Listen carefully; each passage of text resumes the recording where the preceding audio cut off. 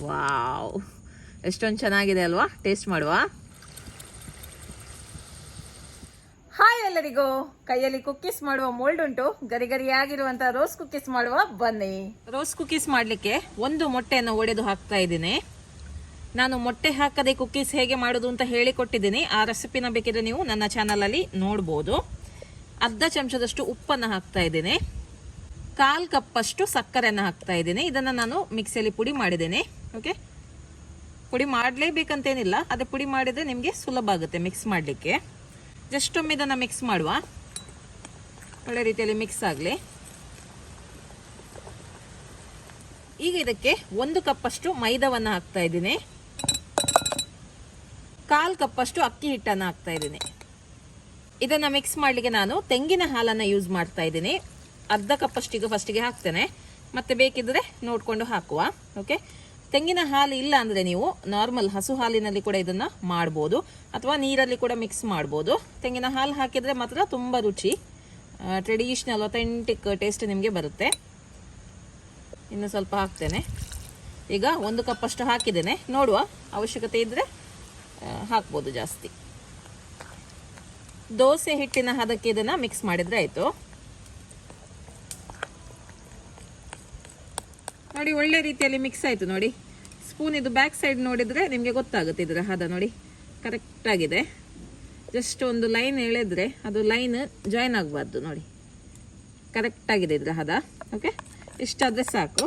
ಈಗ ಇದಕ್ಕೆ ನಾನು 1.5 ಚಮಚದಷ್ಟು ಎಳ್ಳನ್ನು ಹಾಕ್ತಾ ಇದ್ದೀನಿ, ಕಪ್ಪು ಎಳ್ಳು. ಮಿಕ್ಸ್ ಮಾಡುವ. ಓಕೆ, ಇದೊಂದು 10 ನಿಮಿಷ ಹೀಗೇನೆ ಇರಲಿ. ಒಂದು 10 ನಿಮಿಷ ಬಿಟ್ಟು ಮತ್ತೆ ರೋಸ್ ಕುಕ್ಕೀಸ್ ಅನ್ನ ಮಾಡುವ. ಓಕೆ, ನೋಡಿ, ಈಗ 10 ನಿಮಿಷ ಆಯ್ತು. ರೋಸ್ ಕುಕ್ಕೀಸ್ ಅನ್ನ ಮಾಡುವ. ನೋಡಿ, ರೋಸ್ ಕುಕ್ಕೀಸ್ ಮಾಡ್ಲಿಕ್ಕೆ ಈ ತರದ್ದು ಮೋಲ್ಡ್ ಸಿಗುತ್ತೆ. ಇದು ನಾನು ನಾನ್ ಸ್ಟಿಕ್ ಮೋಲ್ಡ್ ಅನ್ನ ಯೂಸ್ ಮಾಡ್ತಾ ಇದ್ದೀನಿ. ಬೇರೆ ಬೇರೆ ಮೆಟೀರಿಯಲ್ ಇದು ಸಿಗ್ತದೆ, ಸ್ಟೀಲ್ ಇದೆಲ್ಲ ಸಿಗ್ತದೆ. ಆದ್ರೆ ನಾನ್ ಸ್ಟಿಕ್ ಅಲ್ಲಿ ನಿಮ್ಗೆ ತುಂಬಾ ಸುಲಭದಲ್ಲಿ ಕುಕ್ಕೀಸ್ ಅನ್ನ ಮಾಡಬಹುದು. ಆನ್ಲೈನ್ ಅಲ್ಲಿ ಸಿಗುತ್ತೆ, ತುಂಬಾ ಕಡಿಮೆ ರೇಟ್ ಇದಕ್ಕೆ. ಓಕೆ, ಲಿಂಕ್ ಬೇಕಿದ್ರೆ ಡಿಸ್ಕ್ರಿಪ್ಷನ್ ಅಲ್ಲಿ ಕೊಡ್ತೇನೆ. ಈಗ ನಾನು ನೋಡಿ ಇಲ್ಲಿ ಎಣ್ಣೆಯನ್ನ ಬಿಸಿ ಮಾಡ್ಲಿಕ್ಕೆ ಇಟ್ಟಿದ್ದೀನಿ. ಇದನ್ನ ಇದ್ರೊಳಗೆ ಈ ತರ ಒಂದು 2 ನಿಮಿಷ ಡಿಪ್ ಮಾಡಿ ಇಡುವ. ಓಕೆ, ಸ್ವಲ್ಪ ಇದು ಬಿಸಿ ಆಗ್ಬೇಕು. ಓಕೆ, ನೋಡಿ, ಹಿಟ್ಟನ್ನು ಒಮ್ಮೆ ಜಸ್ಟ್ ಮಿಕ್ಸ್ ಮಾಡುವ. ಮೋಲ್ಡ್ ಹಾಕುವ ಮುಂಚೆ ಮಿಕ್ಸ್ ಮಾಡ್ಬೇಕಾಯ್ತಾ, ಈ ತರ ಒಮ್ಮೆ ಸ್ಪೂನಲ್ಲಿ. ಮತ್ತೆ ನಿಮ್ಗೆ ಇಲ್ಲಿ ಮೊಟ್ಟೆ ಸ್ಮೆಲ್ ಬರ್ತಾ ಇದೆ ಅಂತ ಆದ್ರೆ ನೀವು ಬೇಕಿದ್ರೆ ವೆನಿಲಾ ಎಸೆನ್ಸ್ ಅಥವಾ ಏಲಕ್ಕಿ ಪುಡಿ ಹಾಕ್ಬೋದು, ನಿಮ್ಗೆ ಇಷ್ಟ ಇಲ್ಲ ಅಂದ್ರೆ ಮೊಟ್ಟೆ ಫ್ಲೇವರ್.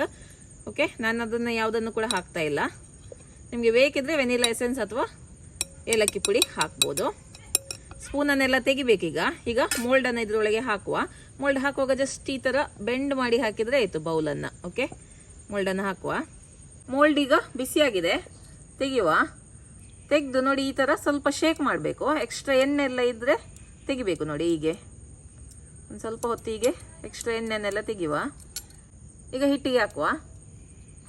ಓಕೆ, ನೋಡಿ, ಈ ತರ ಬೆಂಡ್ ಮಾಡಿ ಈ ತರ ಮೋಲ್ಡ್ ಅನ್ನು ಹಾಕುವಾಗ ಕೂಡ ಪೂರ್ತಿಯಾಗಿ ಡಿಪ್ ಮಾಡ್ಲಿಕ್ಕಿಲ್ಲ. 3/4 ಅಷ್ಟು ಮಾತ್ರ ಡಿಪ್ ಮಾಡ್ಲಿಕ್ಕೆ, 3/4 ಭಾಗದಷ್ಟು ಮಾತ್ರ ಇದನ್ನ ಈ ತರ ಡಿಪ್ ಮಾಡ್ಲಿಕ್ಕೆ, ಆಯ್ತಾ? ನೋಡಿ,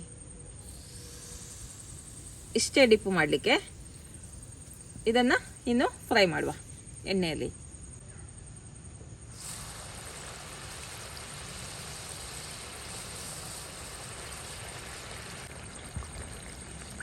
ನೋಡಿ, ತುಂಬಾ ಸುಲಭದಲ್ಲಿ ಬಂತು ನೋಡಿ. ಮತ್ತೆ ಇದನ್ನ ಮತ್ತೆ ನೆಕ್ಸ್ಟ್ ಹಾಕುವ ಮುಂಚೆ ಹೀಗೆ ಇದರಲ್ಲಿ ಸ್ವಲ್ಪ ಹೊತ್ತು ಇಟ್ಟು ಮತ್ತೆ ಹಿಟ್ಟನ್ನು ಹಾಕಿದ್ರೆ ಆಯ್ತು. ಇದನ್ನು ಜಾಸ್ತಿ ಕೆಂಪಾಗ್ಲಿಕ್ಕೆ ಬಿಡಬೇಡಿ, ಮತ್ತೆ ಅದು ಕಲರ್ ಚೇಂಜ್ ಆಗ್ತದೆ. ಓಕೆ, ಈಗ ಇನ್ನೊಂದು ಕುಕ್ಕೀಸ್ ಮಾಡುವ. ಎಕ್ಸ್ಟ್ರಾ ಎಣ್ಣೆಯನ್ನು ಈ ತರ ತೆಗೆದು ಹಿಟ್ಟಿಗೆ ಹಾಕಿದ್ರೆ ಆಯ್ತು.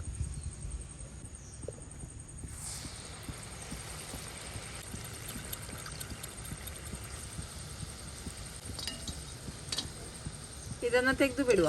ಇದಾಗಿದೆ ನೋಡಿ. ತುಂಬಾ ಹೊತ್ತು ಬಿಟ್ಟರೆ ಮತ್ತೆ ಇನ್ನೂ ಸಹ ತುಂಬಾ ಅದು ಕಲರ್ ಡಾರ್ಕ್ ಆಗುತ್ತೆ. ಇಷ್ಟಾದ್ರೆ ಸಾಕು. ಈಗ ಸ್ವಲ್ಪ ಸಾಫ್ಟ್ ಇರ್ತದೆ. ಇದು ಸ್ವಲ್ಪ ತಣ್ಣಗಾದ ನಂತರ ಮತ್ತೆ ಕ್ರಿಸ್ಪಿ ಆಗುತ್ತೆ ಇದು.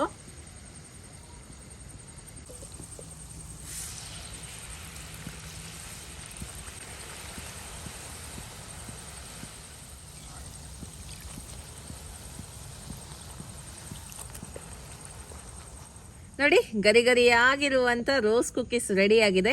ಕೇವಲ 1/4 kg ಮೈದಾದಲ್ಲಿ 35 ರೋಸ್ ಕುಕ್ಕೀಸ್ ಅನ್ನ ಮಾಡಿದ್ದೇನೆ. ನೋಡಿ, ತುಂಬಾನೇ ಕ್ರಿಸ್ಪಿಯಾಗಿ ಉಂಟು. ನೋಡಿ, ವಾವ್, ಎಷ್ಟೊಂದು ಚೆನ್ನಾಗಿದೆ ಅಲ್ವಾ? ಟೇಸ್ಟ್ ಮಾಡುವ. ಟೇಸ್ಟ್ ಮಾಡ್ತಾ ಇದ್ದೀನಿ.